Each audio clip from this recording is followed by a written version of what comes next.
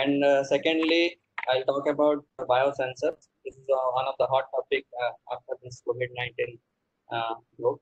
Then next, I'll talk a little bit about solar cell, which most of the people are working because renewable energy is one of the finest or emerging area.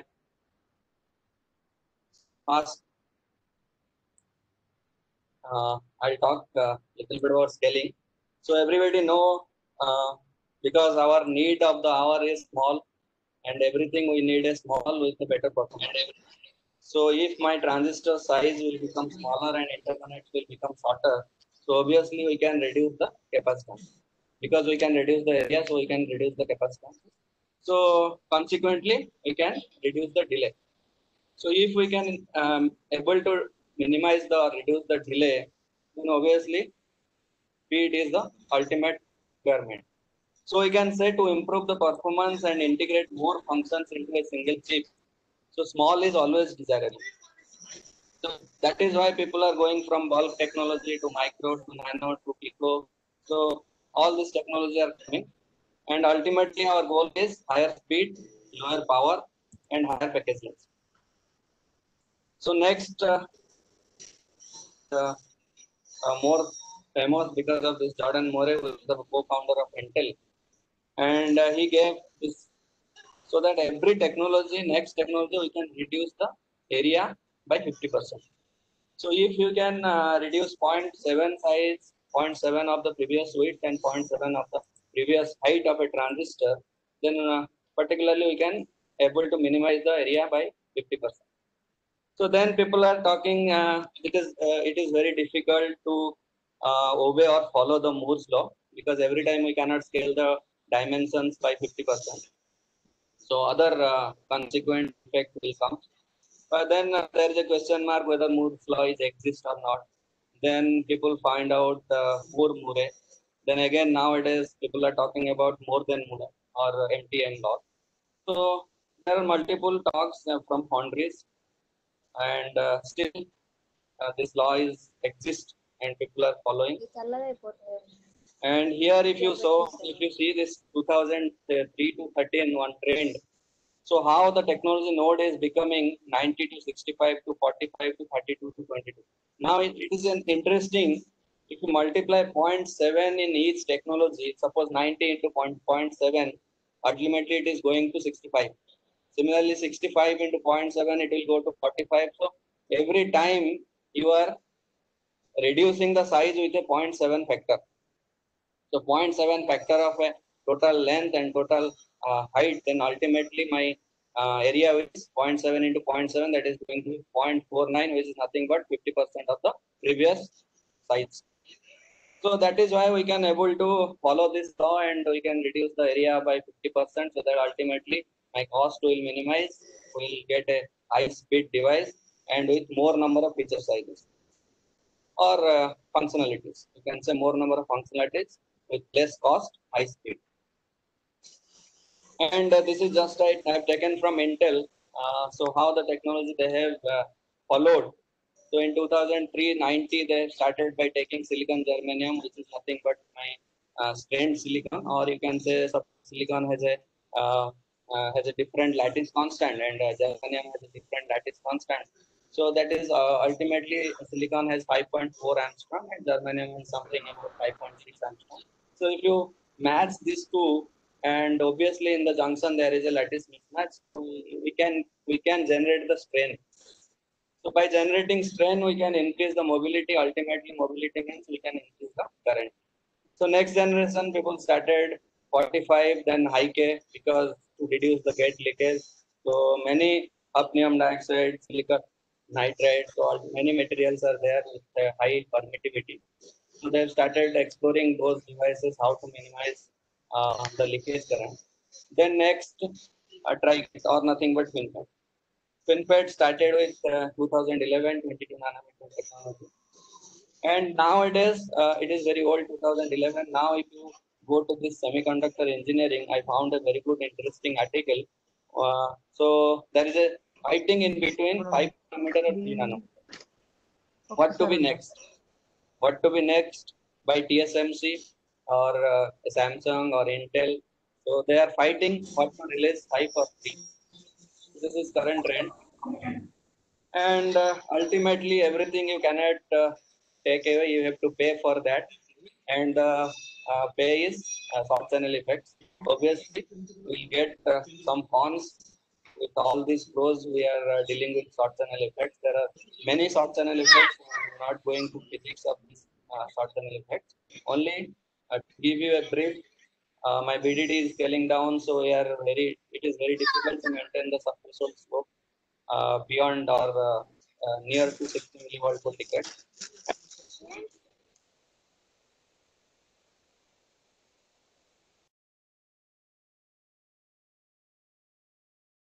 Higher or larger mobility so that we can get a high drive current. So these are our search of the hour. Now this was why these short channel effects are or when it is coming. So if you look into previous technologies, there is channel length in microns in micrometer. And look at this source side PN junction and drain side PN junction. These are in these are in nanometer. Junction depletion width is in very less nanometer as compared to the channel length is in micrometer. So it is insignificant. So there is no short channel or very less short channel effects you can assume. But nowadays people are talking about channel length is nanometer, 22 or even 7, 5, whatever. And yes, this depletion width is also in nanometer. You cannot ignore this depletion width as compared to both are in nanometer. So we have to deal with these issues. Now we are, if you see this on, this is the summary of short channel effects. Because of these effects, we are getting so many leakage currents. Even if in our off state, we are getting so many leakages, then ultimately power consumption, so battery, drive, everything happened. So one beautiful quote I have taken from Professor Chen Ming Hu. So who talked about, yeah, small is beautiful. Definitely small is beautiful, but you can say off is not totally off. Off is not totally off. Even if you can small, but the consequent effect is this leakage currents. Now, how to mitigate or how to minimize these effects? So, how to minimize means there are many methods. So, I will touch two out of these methods. So, first one is people are searching for material. Either you can go for material or you can go for device architecture. So, one famous professor told there is a marriage or integration in between material and architecture. So, you can play with material or you can play with the device architecture to minimize this kind of short channel effects or leakage currents. So my focus, I will take this first one, improve device architecture, how to minimize short channel effect or leakage current with the by playing with the device architecture. And second one, I'll take how to take different materials or graphene or hot materials like 2D materials, 2 dimension. It has no 3 dimension. So 2D materials means graphene, MOS2, WS2, all these materials have only 2 dimension. So if it is a 2 dimension, then carriers can move like a bullet. It is supporting ballistic transport, you can say. So again, material people are searching for different material. So I'll talk about later. First, take the device architecture. So device architecture, people started with SY, silicon on insulator. So silicon on insulator, it is just a weird oxide layer or an insulator layer is sandwiched in between silicon substrate and channel and my active region. So that ultimately what we can reduce the depletion width of two sides, source and drain, it cannot go to the insulator or box.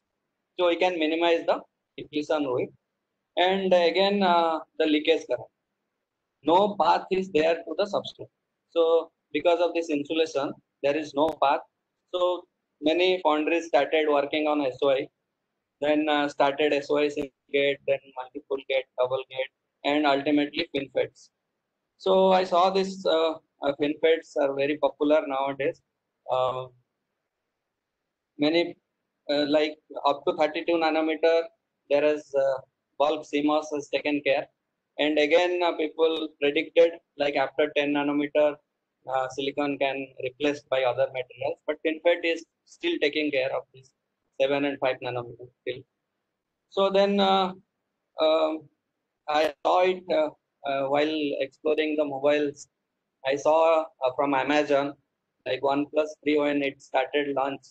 Then I saw, oh, this 14 nanometer technology is still used in OnePlus 3. And even Samsung also started Xeon 7. Just I have highlighted this 14 nanometer technology while searching Amazon. So Xiaomi, Redmi, all this mobile technology started taking 14 nanometer FinFET technology. This is again very old. Now OnePlus 7 also came. If you see OnePlus 7, still they are using FinFET technology only. So I have just motivated to work on FinFET by seeing this. Again, I purchased OnePlus also, check the reliability and speed. Then FinFET we started by simulating and taking the foundry dimensions and how to optimize this fin height and fin width. Then we varied the fin height from something like 5 nanometer to 26 nanometer. Again, W fin width from 5 nanometer to 16. So then we evaluated all these parameters like DC, analog, RF, everything by varying the H pin and W pin with an aim to optimize the height and pin width. So we have seen eye on, eye off with various H pin heights and W pin threshold voltage, everything we have calculated, and we found for a fin height of 1.1 and 1.3, so my on current is predicting very high. Again, we have evaluated this cutoff frequency, FT, Fmax, CGC, everything by varying the H pin. So H pin we found 0.6 LG. 0.6 LG means here I have taken LG as 20 nanometer. So 20 into 0.6, that is nothing but 12 nanometer. So H pin of 12 nanometer is giving me optimum with respect to on current, with respect to cutoff frequency, with the overall optimum performance I am getting with H pin of 12 nanometer. So similarly, I have started to optimize W pin. So W pin also I have seen all these calculations like ID, GM, transconductance, everything evaluated, and with a comparative manner, I found so zero point 0.6 zero point 0.6 LG of H pin and W pin should be as less as possible. Width should be as less as possible. If width is more, so it will go to bulk technology. Also, how we have categorized by taking the aspect ratio.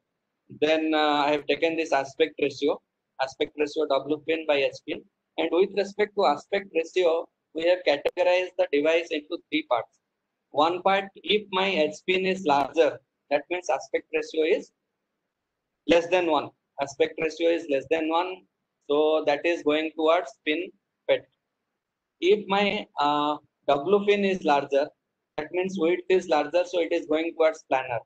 And if both are equal, W H pin, that is ultimately tri-gate. So we have categorized into three parts, and we have seen. So this will help to designer what is the ultimate goal, what they want, whether they need high performance, whether they need low leakage. So depending on that, you can design your H pin and W pin, and you can go for a FinFET, you can go for a tri-gate, or you can go for a planar technology.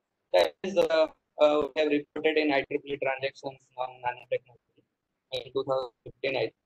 So next we have seen one of the technology, one of paper we found who has merged the ultra thin body or UTB technology into FinFET.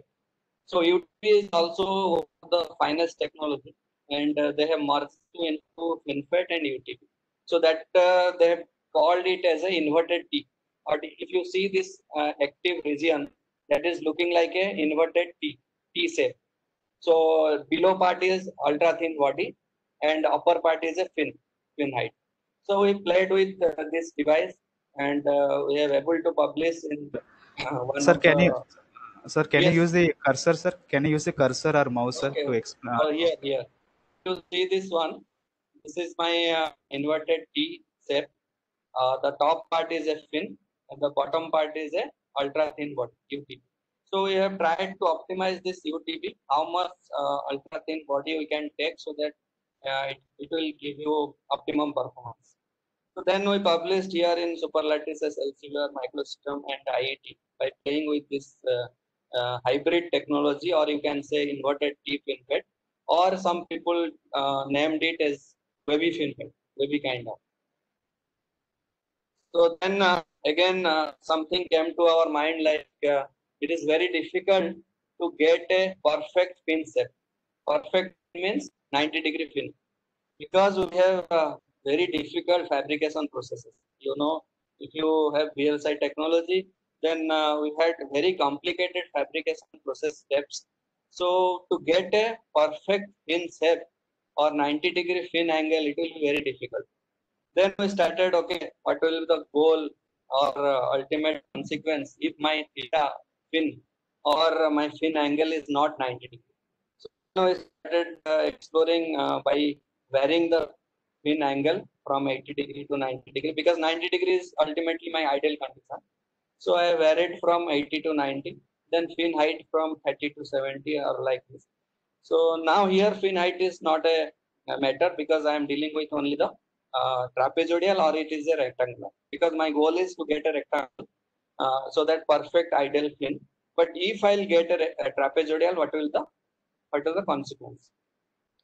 So then we started exploring this theta fin from 80 to 90, and extracted parameter extraction we did from all this threshold, off current, on current, so everything. Uh, then I have seen, okay, if my ideal condition theta fin is 90-degree approaching, then I am getting a good result. That is obvious, because ideal condition is obvious.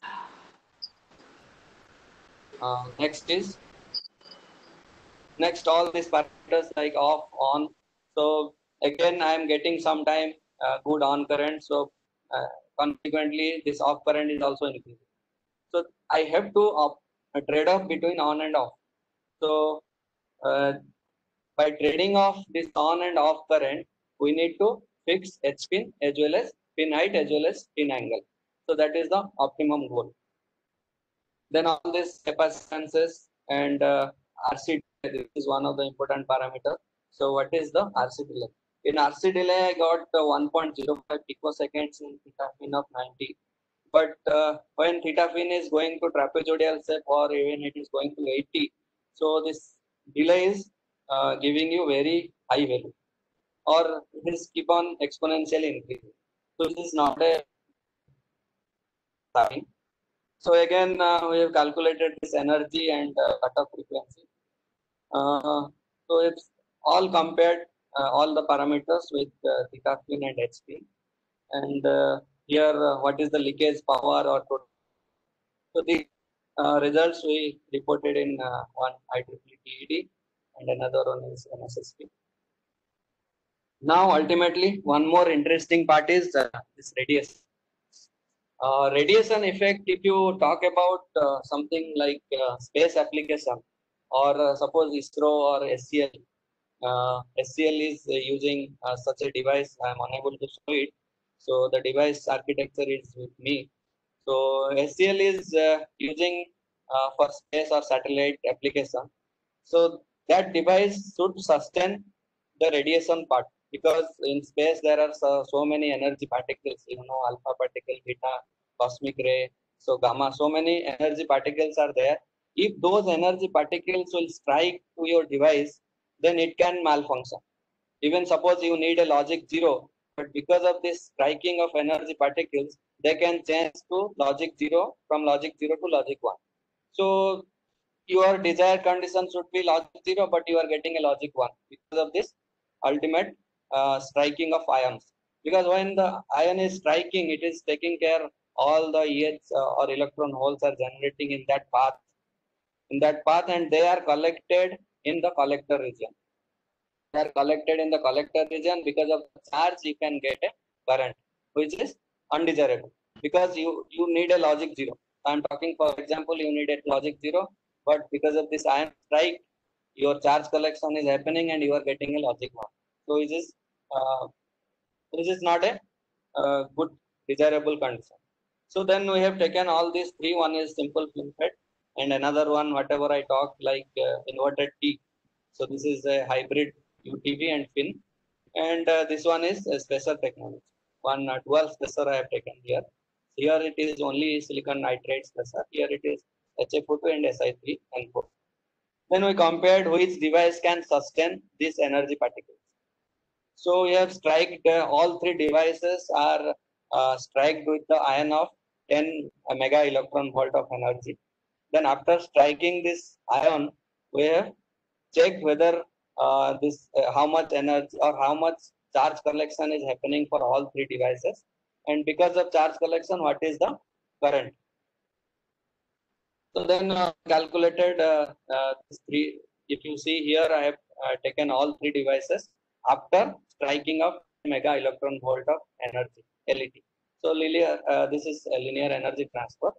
So after striking the ion at the particularly middle of the gate, so we have strike for all three devices, and we have seen what is the charge collection, and because of this charge collection, what is my current or what should the current. So this is one striking time I have taken from here to here, 10 power minus 15 or in picoseconds. So after striking, this is my current. If you see here, this conventional FinFET is giving me little large current as compared to the hybrid kind of FinFET, or with even it is less for the dual stressor. So then we have seen this 3D profile of electron density. So electron density also we have calculated by all three devices. Before ion strike, what is happening? After ion strike, how the density is changing because of charge collection. And after ion strike of 100 picoseconds. So time also varies after ion strike. This is the particular moment ion strike, and this is after 100 picoseconds. So what is the change in the your electron density? Now similarly, ion generation. How much ion is generating, because see here my aim is as much as less current should generate, and it can sustain the bombardment of energy particle. The device should sustain the bombardment. So now if you see this normal wavy FinFET is because of this wavy layer or inverted T UTV layer, my all the ion generation is happening here only, not in the fin area, active area. So then I varied the time before striking, after striking with 2 picosecond, with 0.5 picosecond. Similarly, what is my ion track radius? Or after striking, it is making a funnel. So in that funnel, what should be the funnel of the radius? So by changing the radius, also we have checked which device can sustain the energy bombardment. And if you compare all three devices, here you can see the peak is less as compared to the normal FinFET. Because this hybrid technology and wavy kind of thing, you two emerging technology. One is UTP, another one is FinFET. And charge collection we have seen. Again, you can compare charge collection in the normal FinFET and my wavy kind of or hybrid technology. So this is very less as compared to the normal FinFET. And what is my bipolar amplification? Bipolar amplification is how much charge bombarded and what is the collection of charge. Charge collection is less than the device can sustain the energy. So here also you can check my wavy is very less, bipolar amplification is very less, means charge collection is very less. Charge collection is very less means it will give you less peak current. So you can compare all three devices, and this one we have reported in ITC TDMR, transactions and device material reliability. So next part I'll talk about material. Like I already told, emerging materials. So currently we are focusing on graphene and MOS2, WS2, molybdenum disulfide, and all this tungsten disulfide. So these are 2D materials. They don't have any 3 dimensions. So you can expect the carrier movement or transport of carrier, instead of a wave kind of nature, it can be a bullet. It can be bullet from source to drain. So sudden transport from source to drain, so you can get a very high current. The problem is, so suppose if I talk about graphene, the problem in graphene is it has a zero band gap. So it is very difficult to make it off. Yeah, obviously you can get high mobility and you can get high drive current. That is fine, but it is very difficult to off the device. So off the device, how to off? So again, many people, many researchers started how to off the graphene-based MOSFETs. So this is a whatever EK diagram I told. At a particular point, both valence band and conduction band, they are touching to each other. So we are telling this is zero band gap semiconductor. Or at a particular point, they both are touching to each other. So no band gap. So how to make it off? And many graphene is an emerging device. So flexible devices also people are making. And then we started how to model this graphene based transistor, or again to make it off. How to make it off means you have to create or induce a band gap, because you are getting zero band gap in graphene. So how you can able to induce a band gap so that you can minimize the leakage or you can make it off. That is the ultimate goal. So then there are many methods. One is so you can cut the larger area of graphene to make it GNR, nano ribbons, graphene nano ribbon, so that you can induce a band gap. Again, applying electric field also you can able to induce a band gap. The last one, which is this one, fourth one, doping of graphene. So doping, substitutional doping, this is one graphene configuration. If you substitute one atom of graphene with one atom of nitrogen or boron to make it P type or N type, then you can induce some amount of band gap. That is the thing. So then we mathematically started modeling. So how to model a graphene based doped graphene based device so that people can use it in circuit application. Then see, this one is nitrogen 6.25% or boron 18.75. We can able to dope nitrogen and boron this much amount of percentage. Then we can induce a band gap of 0.36 or induce. So end of 6.25% of end of we can able to induce 0.36. So similarly 25% we can induce a band gap of 1.149. So this is the literature thing. Then we started modeling this graphene device, and this with undope 6.25, 12.25 and 25. These are the nitrogen base and boron base. So only we can see for nitrogen dope, this is a perfect conical. See this black line, this is a perfect conical without any band gap. This is meeting at 0. This is meeting at 0. There is no band gap. Now if we see this red color curve, this is only 6.25% of N-dope. See, there is a left chip with a band gap. This is no more conical. So here it is touching exactly 0 with a conical shape. So band gap is 0. Here we can able to induce a small band gap, and slowly we have started increasing this nitrogen 12.5, 25. So we can able to induce a larger band gap. So similarly, if you take boron kind of thing, so it is a right shift. See, this conical is meeting at 0. Then again right shift. So you can induce, you can make it N type and P type. So this is N dope. This is a P dope. And we matched with the experimental of undope. This model is perfectly predicting very good result. You can make it EC EB 0. So it will give you undoped case. And you can induce a band gap by taking this ECEB and un0. See, if you talk about graphene, so undoped graphene, EC, EB, EF, formulable, everything is 0. Formulable, conduction band, valence band, everything should be in 0 for undoped. Now, if you induce a gap, so these three things should not be meeting at a particular point. EC should be different, EB should be different, and formulable should be different. So our model is perfectly giving you good results. Then we checked with linearity also, and mobility, tried to model this mobility for doped graphene.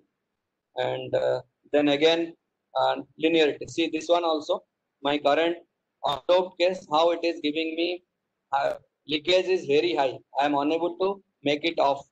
My off state is 10 power minus 3 or minus 4, which is huge, large. Now due to doping, I can able to minimize this off current and induce a band gap also. There is no more conical. I can induce a band gap and my offset current is little less as compared to undoped case by doping. And linearity also, if you see linearity, I'm getting very good linear curves by doping as compared to undope. This is one dotted one is undope and violet color. This blue color, if you see, this is doping with 12.5% with a very good linear current, linear characteristic, and leakage also low. So these results we have submitted to EDL, waiting for the review. And again, we started making a symbol of it. So in guidance vector, we designed this equivalent circuit model and we made it a symbol. And by using this symbol, uh, just check the higher order harmonics. So higher order harmonics is very, very important for the linearity to check the linearity model. So higher order means what is my higher order derivatives of current like GM2, GM3 and HD2, HD3. These things just evaluated from higher order derivatives of current. So because it is necessary to check up to how much biasing my device can predict linear characteristics. So up to how much biasing means VGS and VDS, my device is perfectly giving me linear characteristic. So this also is submitted to CDS. Now devices are in the race, just exploring few days. FDSY is good for quantum computing. Two industries says one is ST Microelectronics, one is CELAT. This is one European company. So this article you can just search. FDSY is a good for quantum computing because they can operate with very low temperature. So they are giving very good results in low temperature. This FDSY thing. So there also nowadays people are searching for quantum computing, which device to choose. And another device is because they are good in cryogenic. They are good in cryogenic temperature. So one is NCFET. Like I told already, it is very difficult to make SS to below 60. So my subthreshold slope should be less so that I can get a very low leakage, less leakage. So this is one of the device which is nowadays in trending, negative capacitance FET. Government of India also given Sukarno Jayanti fellowship to negative capacitance NCFETs. So what is the ultimate goal here? My S is related to 1 plus CS by C insulator. This insulator. What is the capacitance of this silicon and what is the capacitance of insulator? Now if I can able to make this insulator, C insulator as a minus or negative quantity. So it will become 1 minus of this term. So if it will become 1 minus of this term, then I can able to reduce the subthreshold slope to a below 60 millivolt, to a value which is below 60 millivolt, so that I can get a very low leakage. So then started searching what are the materials available which can predict a negative capacitance.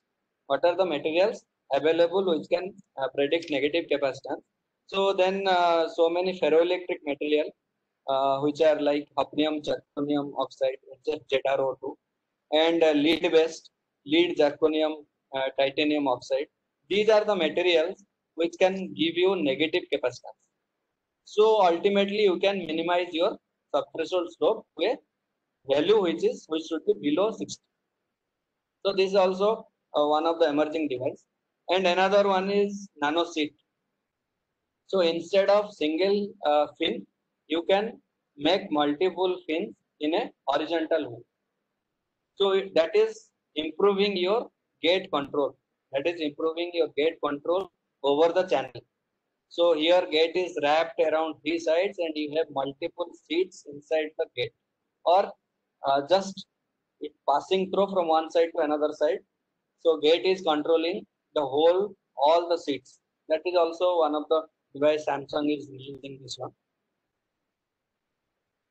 So this is all about my nano electronics. So second part I'll take a few minutes, like 15-20 minutes to talk about a little bit about biosensing. Anyhow, you have a talk on 20th. I think Dr. Aarti is going to talk about biosensors. So little bit I'll focus fat-based biosensing application and solar cell. So what currently we are working on in Tripura TTM. So first take a biosensing.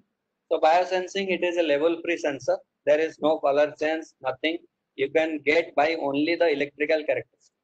What is shifting in current, what is shifting in threshold voltage. By seeing this, you can tell whether the disease is there or disease is not there. So disease is ultimately what we are taking the biomolecules. So biomolecules, we are making a cavity here just in the oxide or below the gate. We are making cavity, and biomolecules is having certain amount of charge and certain amount of permittivity. So by playing with those permittivity and charges, your capacitance is obviously going to change. So if your capacitance is going to change means, and then ultimately my threshold voltage and drain current. So these are the things we need to take care. So then we have taken how to DNA, how to make the DNA detection through the dielectric modulated FET or DMFET. So DMFET, as DNA is having only negative charges, so we varied with negative charge carriers in the cavity. Here, this is the cavity, two-sided cavity, and we have taken two devices. One is DMFET, another one is tunnel FET. This is PIN. One is tunnel FET. This is simple DMFET. So we made two cavities here below the gate. Then inside these two cavities, we varied with permittivity, we varied with charges, and we varied with the DNA orientation. Because DNA has to be oriented in vertically or it has to be oriented in horizontally. So this angle of DNA, what is angle, what is charge, and what is the permittivity. These three things we have varied and checked the sensitivity for these two devices. One is tunnel FET, another one is DMFET, simple DMFET. So all these calculated on current for both the devices, how much current is shifting because of different charges. See, three charges we have taken for two devices. So similarly, this is also transconductance we have calculated on current, transconductance, then sensitivity. So sensitivity is what? It is a measure without any biomolecule present.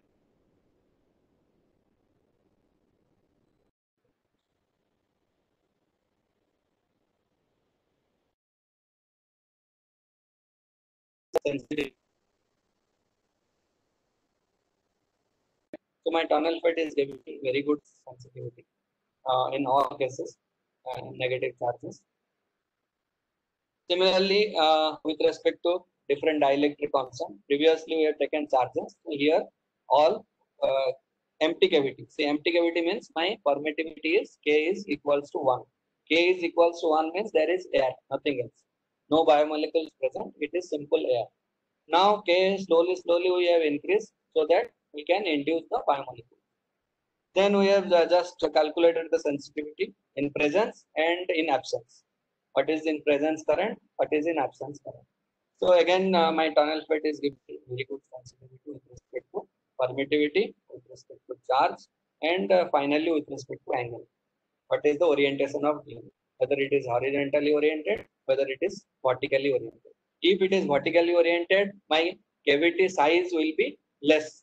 Cavity size will be less means my capacitance will be, obviously it is proportional epsilon A by D. So area, if it is horizontally oriented, my cavity size will be more. So depending on the cavity size, whether it is 30 degree, 10 degree or vertically or horizontally, again there is a shift of capacitance and change of capacitance will give you change of current. So that's why sensitivity we calculated with all these three angles for TFET and IMFET. So all a comparative table for both TFET and IMFET. So this one just we got revision from IEEE sensors. And again, I saw one article which is a level-free test kit for COVID 2019 virus. So this one published in SES Nano. You can just have a look on this article, SES Nano. just that is by looking this, we got motivation to work on COVID-19 virus, how to detect. Now, my last part of this talk, last part is solar cell. So, solar cell, we also, few students are working here. So, we are focusing on different materials. So, first one is now looking at CZTS. So, this is one casterite material. So, here we are focusing two materials. One is trinitrate. Trinitrate means group 3 and group 5, like InGaN, gallium nitride, or indium gallium nitride, indium nitrate, all this nitride material. And other one is casterite. Casterite means either you have S or selenium, Sc. So CZTS or CZTSE. So two kind of materials we are looking. Why I'll tell. So first one is casterite material. So if you see casterite, one is sulfur, this S, and another one is selenium. These two kind of materials you can get, and S, depending on this mole fraction of S and selenium, you can change the or you can tune the band gap. So if you can able to tune the band gap, ultimately you can achieve the solar spectrum wavelength, because you know the relation of band gap with h nu by lambda. So Eg is h nu by lambda. So that is why we are choosing the material. Which material we should choose so that it can cover the whole range of spectrum. So ultimately we have started with CZTS and CZTSE absorber layer, these two layers. So if you look at this CZTS, this is giving me 1.45 of Eg, and CZTSE is giving me 1.05. So these two materials we started working on it, and to how to capture the whole range of solar spectrum. That is the ultimate goal. So then again, we don't know what is the loss mechanism, because during fabrication there should be some loss in the interface inside the ball, or there may be some recombination. Due to recombination, we may not get the carrier transport efficiently. So because of this loss mechanism, we started taking three kind of losses. So one is trap assisted. There may be some traps in the junction, or there may be some defects inside the bulb, or some recombination. These three kind of loss can be happen during fabrication. So just with trial and error, we have taken two kind of defects. One is trap assisted, and one another one is defects. So trap assisted, here if you look into this junction, this is the junction. So traps generally happened in junction. So you can see there is a peak in the junction of CZTS and CZTSE. So here I have taken all this loss mechanism and defects. So there may be defect either in the surface or in the bulk. So if you take the defects in the surface, so this kind of tail shape you have to induce. And if your defect is in bulk, we don't know. We don't know during fabrication whether there is a defect in the surface or whether there is a defect in the bulk. So we have assumed two kind of defects. One is tail shape, another one is. So Gaussian shape can give you bulk defects, and tail shape can give you surface defects. So these two kind of defects we have taken. Explored all kind of parameters. What should be my recombination rate, or what should be my current. So everything, and here EQE, efficiency. So if you look into this efficiency, CZTSC solar cell without trap, with trap, and defects. So all three we have taken. And here wavelength, you can see this is 200 nanometers to 1.2 microns. So the whole range we can able to capture. Whole range we can able to capture with an efficiency of external quantum efficiency of 80%. And we just compared with selenium content, CZTSC and CZTSC. So both efficiency. Now ultimately here, if you compare these two, so both are taking care of different ranges. So why not merge these two? Why not merge? Because this has a different band gap, and this has a different band gap. So due to the difference in band gap, they are capturing the different range of solar spectrum. So why not merge these two? So we have started thinking, let us merge these two materials and we made a quantum well kind of thing. So this is IV core and all this efficiency, and because lack of time, so I'm quickly going. So all this CZTS and CZTSC with different kind of trap, defect, and recombination rate. All three. These three can be possible during fabrication. So we are giving reporting everything. Suppose you have a defect, what should be your efficiency? If you have a trap, what kind of current, voltage, fill factor, and efficiency you can expect. So if you have a recombination, what kind of efficiency you can expect? So this is for CZTS and this is for selenium kind of CZTSC material. So all kind of with inclusion of defects. So and this one we just got a revision from APA. Now, like I was talking about, so let us merge these two, selenium and sulfur, CZTS and CZTSC. So make it quantum well because they are different band gaps. So they are capturing different solar spectrum. So take it, merge it into two and make it a quantum well. So here we just merge these two layers, CZTSC and TS. So we made two quantum well, four quantum well, five quantum well. So everything we made. Also how the quantum well can be affect your efficiency. So this is the quantum wells. If I made a well, so my electric field is very high. So whatever electric field, they are taking care of electrons from one well to another well, from here to another well. So we can ultimately increase our efficiency.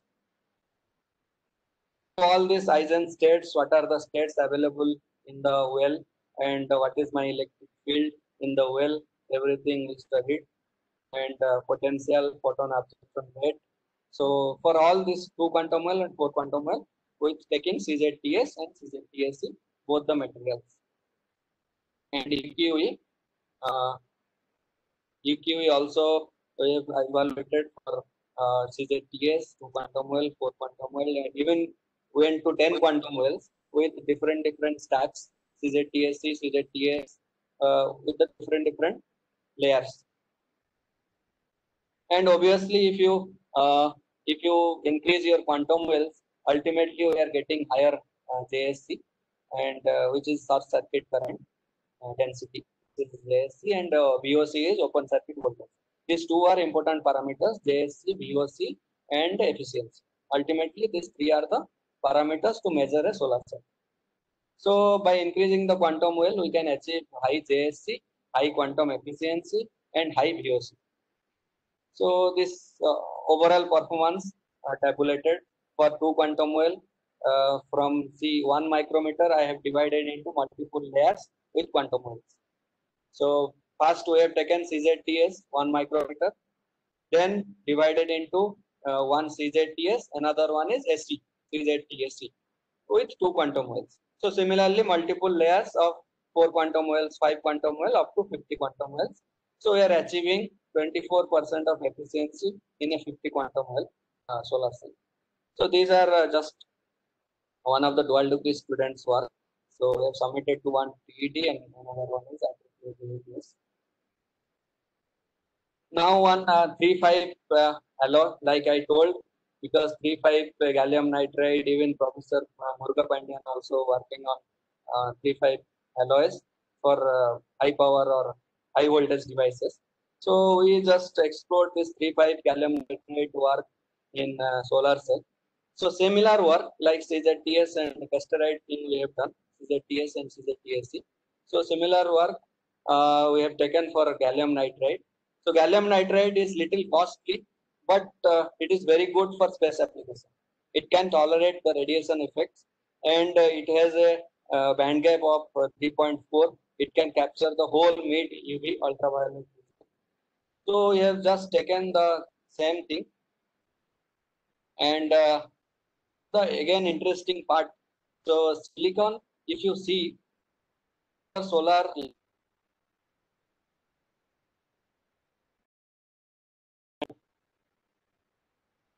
all the, and ultimately to reach to the cross this junction. So now we thought, okay, why not make it as a tunnel junction, or we can minimize this band gap as low as possible, so that all carriers can tunnel inside the silicon without any other junction. So ultimately, by indium content, so ultimately by varying the indium content or mole fraction of indium, so here I have taken 0.2, 0.8, then here it is 0.3. So by varying the indium content, we can modulate this EG or this band gap. If you modulate this band gap and you can make it zero, then ultimately my whole carrier can tunnel through this layer to silicon. Then we can get a very good efficiency. So we started looking into electric field current by varying the indium content. Then we have seen what is the power, potential, everything. And see here I made it zero. So here by varying, I'll tell, by taking indium quantity or indium mole fraction of 0.45, we can make this barrier or gap to zero. So if you can make it zero, ultimately the whole thing can cross this or tunnel through this barrier and can go to the silicon. So see the electric field, you can get very high, 15 megavolt, which can help the carriers to travel or to make it tunnel from one layer to another layer. You can just have tabulated all the things. See here my indium quantity is 0.45 and see the tunnel band gap is 0. I'm able to make 0 band gap with the 0.45 indium content, and the whole carriers can travel or can tunnel from one layer to another layer through the electric field, through the high electric field without any efforts, without any external effort. So this we reported in silicon. Next work again by GaN in GaN, but with the multi-layer of GaN in GaN. See GaN in GaN, one in GaN layer, one GaN layer. Both have different band gaps. So we can make a quantum well. We can make quantum wells by taking different layers of in GaN, GaN, in GaN, GaN. So ultimately different band gaps. So here we made so many layers of 3 nanometer, 7 nanometer, 3, 7 of different InGaN and GaN layers. So here if you look into same quantum wells, we made quantum well 2, quantum well 3, quantum well 4. So all 2, 3, 4 quantum well solar cells. And with the, again one more interesting part, nitride. So you know nitride is a polar material. So when you can merge, if you merge InGaN to GaN, both have nitride. InGaN also have nitride, GaN also have nitride. And nitride being a polar material, it has inbuilt charges. So the charge can be positive, that can be negative. So we have taken both the charges. One is orientation of charge 0, 0, 0, 1 and another one is negative -1. So both the polar orientation or 0, 0, 0, 1 orientation and 0, 0, 0, -1 orientation. We don't know while merging these two in GaN, what will be the plane, whether it is 1 or whether it is -1. So we evaluated all the polarization charges. Sometimes these polarization charges also help. Suppose I have 60 electrons, and due to this merging of InGaN and GaN, there may be some extra polar electrons can come. So if some extra polar electrons will come, then it will help me to give a higher drive current or higher JSC. Okay. Now the other part, instead of electrons, if some holes will come, they will neutralize the carriers. So if they will neutralize the carriers, ultimately my JSC will reduce. So that is why we have taken both in a positive plane in as well as negative plane. So calculated all the charges and the energy. See here it is 2 wells. So in energy band also you can see 2 quantum wells. This is 3 quantum wells and this is 4 quantum wells. Okay. For different indium content. So indium 10%, 20%, 30%. 3 different indium contents. We have taken 2 quantum wells, 3 quantum wells and 4 quantum wells. And found for 0001 direction and 000 -1 direction. Now all the cathode current and C currents also, if you increase the quantum well, that also ultimately giving me good results. and all tabulated with polarization without reverse polarization. Like one is +1 orientation, another one is -1 orientation. So I can get a VOC, JSC for two different orientations, and efficiency also we compared with the previous aggregated data or reported results. So we can able to get a good EQE of 70 or 60, near to 67 with polarization method. And this what published in IEEE census. So okay, here I am concluding all three parts. So finally, without students, we are nothing. So without giving a giving my, these are my students. Two are PhD students, and all three are master students. Whatever today I presented, all are the students' work. I am just presenting. So without acknowledging the students, it is nothing. We cannot ignore the acknowledgement to students. So these are my group and my students. So thank you all for listening to me. So any valuable suggestion are welcome. So over to Dr. Muruga Panjan. Sir, thank you very much, sir. Thank you very much for your informative session. Okay, thank you. Participants, if anybody having any doubt or research kind of no, you can ask the questions. Even you can give me suggestion. Yes. And participant feedback link is posted in the chat box.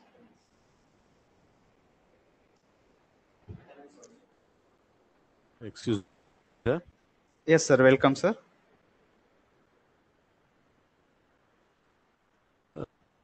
Yes, sir. Yes, sir. You can. Sorry, about FinFood for replacement of CMOS. What about that CNTFET for future fabrication technologies? Yeah, people are working also in carbon nanotube, CNT FET. But till now, nothing from industry side to replace silicon. Till now, FinFET is also silicon based, and in recent 5 nanometer and 7 nanometer also they are releasing with silicon only. So all carbon nanotube and graphene, whatever I talked also, they are in research mode only. Everything in research mode. Foundry, they have not released anything beyond silicon. Whatever I know.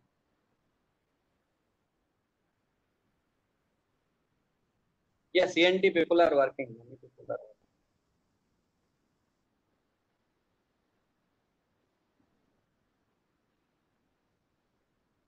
రేపు చూద్దామంటే ఇవాళ వద్దన్నారు. అరే tablet బాగా పనిచేస్తుంది అందుకే తెలియట్లేదు. Hello. Yeah. Am I audible?